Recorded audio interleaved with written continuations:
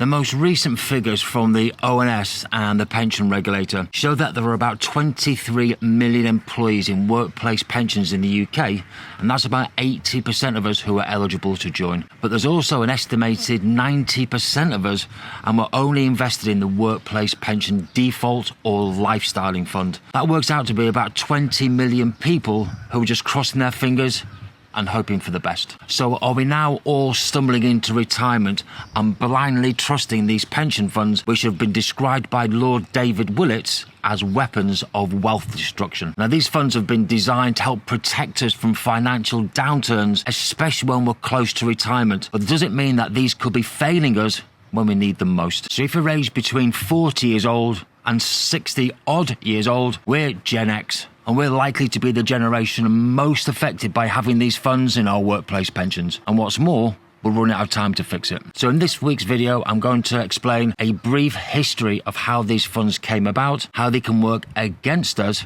and more importantly, what we can do about it to get back on track. Welcome back to the channel. If this is your first time, a very warm welcome. My name is Simon. I'm a chartered financial planner with decades of experience helping hundreds of families and their clients plan ahead for their retirement. Now, we all know that money matters, so let's try and make money make sense.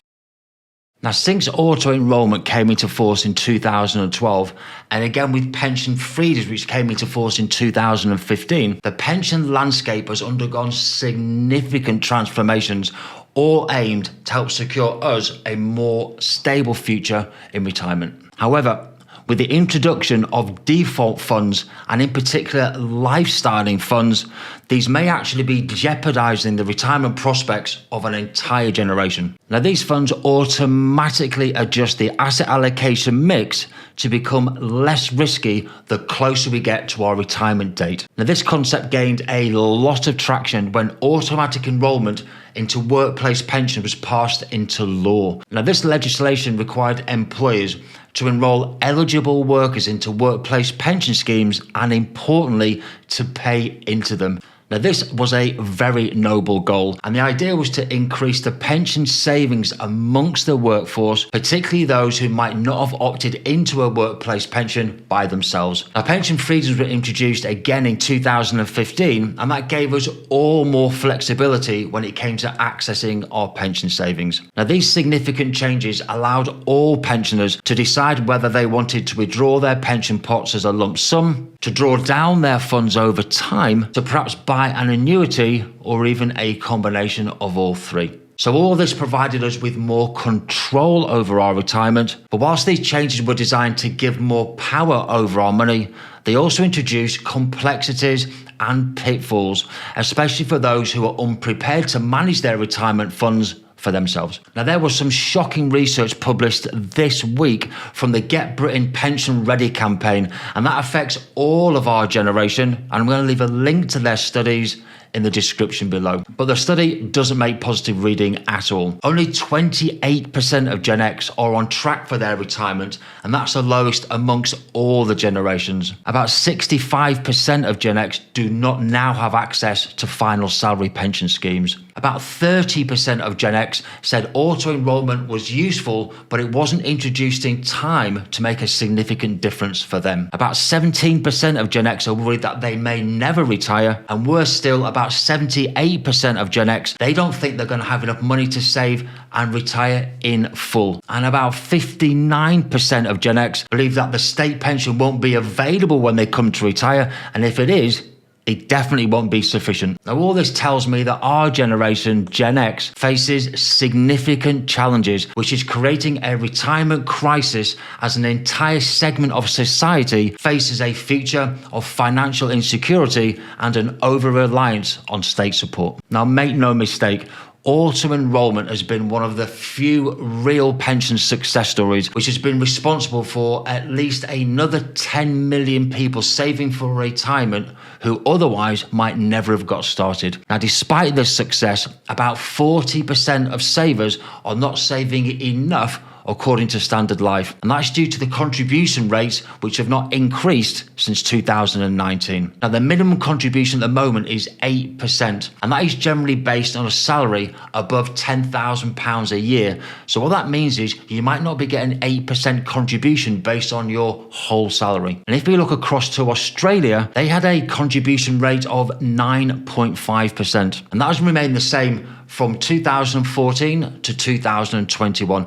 But since then, it's increased 0.5% each year, and it's now going to have a contribution rate of 12% a year, and that's going to be in place from July this year. So the question is, do you think we need to increase the minimum contributions from our pensions from 8% to 12%? Let me know in the comments below. In fact, Andy Curran from Standard Life said, and I quote, "The UK is sleepwalking towards a pensions crisis, which is hidden in plain sight, and it's less than 2 decades away from boiling point." Just let that sink in for a minute. So how are these default funds and lifestyling funds failing our generation? Well, when you join a workplace pension scheme, you're going to need to choose your retirement date, but importantly, also what you intend to do with your pension money when you retire. Now, if you don't make a decision, the scheme is going to have to make one for you. And what that means is about 90% of employees are going to have a default retirement age of 65. But more importantly,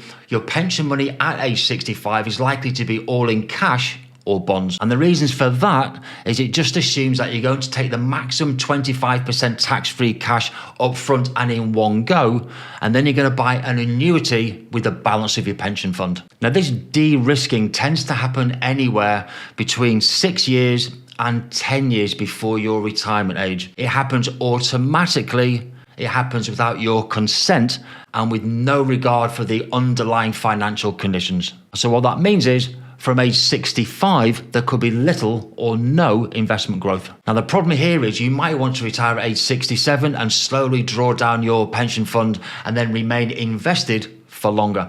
Worse still, if interest rates need to rise to combat inflation, which is rising again and is currently at 3%, the value of your bonds will fall, and that could wreck your fund value as it did back in 2022. So what this always comes down to is you need to take a more active role in controlling your workplace pension, and you're going to have to get involved to find out what you need to do before you retire. Now, the first step is to ask your provider for a full range of the funds that are available to you. But you're also going to need to select a fund that matches the level of risk that you're willing to take, but you're also going to need to know for how long you're going to be invested for. And a top tip here is don't just pick the fund with a top performance, as that is not a guarantee for future performance. And there's also a cap on the fees and the charges within a workplace pension fund of 0.75% a year. But look at keeping the cost of the fees and the charges as low as possible. Now, a recent study showed the difference in performance between the top performing default fund and the worst performing default fund over a 5-year period with £10,000 invested. Now, the top performing fund generated a return of £16,647, whereas the worst performing fund generated a return of just £11,660. That's a £4,987 difference, or about 42% difference in performance over just 5 years. Now, of course, you might get lucky and find out that you're invested in a great fund that is performing very, very well with low fees and charges. But if you're paying at least 8% of your salary into a workplace pension, surely it makes sense to find out exactly how and where your money is being invested. And if you do find that you're invested in a poorly performing fund or a lifestyle fund that doesn't reflect when you want to retire or how you want to spend the money, you need to contact your provider and make the necessary changes. But here are some other options to help you get back on track as well. So number one is going to be to invest for longer. Now, this may mean changing your savings and contributing for longer than planned. So number two, you're going to need to maximize your contributions. So you're going to need to ask if you can contribute more into your pension scheme, and importantly, whether your employer is going to match these new and higher contributions. Number three, taking more investment risk, but only if you can afford to do so and if you're not too close to retirement. You might also need to delay your retirement, and that's going to mean working for longer, but you might not have any other choice. So if you don't take control or even take an active interest in your workplace pension, it may mean that you could be in for a very nasty shock, especially when you're close to retirement, and that's going to give you little or even no time to get back on track. So I've linked 2 further videos in this series about how we may all have to pay 12% into our workplace pensions, and another video about the ugly truth of workplace pensions. Thank you so much for watching to the very end and for your time and for your patience. I'm going to see you all again next week.